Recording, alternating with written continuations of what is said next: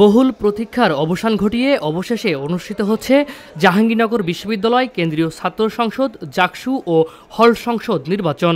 আজ সকাল ৯টা থেকে শুরু হয়েছে ভোট গ্রহণ, যা চলবে একটানা বিকেল ৫টা পর্যন্ত।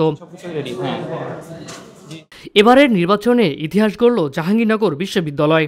নির্বাচনে প্রথমবারের মতো ব্যবহার করা হচ্ছে ওএমআর প্রযুক্তিভিত্তিক ব্যালট। বিশ্ববিদ্যালয়ের ১১টি ছাত্র ও ১০টি ছাত্রী হলের মোট ২১টি কেন্দ্রে ২২৪টি বুথে চলছে ভোট গ্রহণ। সকাল থেকে ভোট কেন্দ্রগুলোতে শিক্ষার্থীদের উপচে পড়া ভিড় লক্ষ্য করা যায়।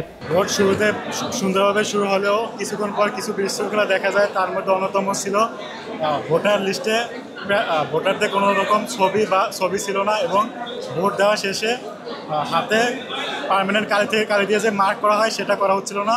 ফলে আসলে কে ভোট দিচ্ছে অথবা কে ভোট দিচ্ছে না এটা আইডেন্টিফাই করা একটু কঠিন হয়ে যাচ্ছিল। সূচনা লগ্ন থেকে এটা হচ্ছে আমার জীবনের প্রথম ভোট, আর আমরা তো কখনোই ভোট দেওয়ার অপশন পাই নাই।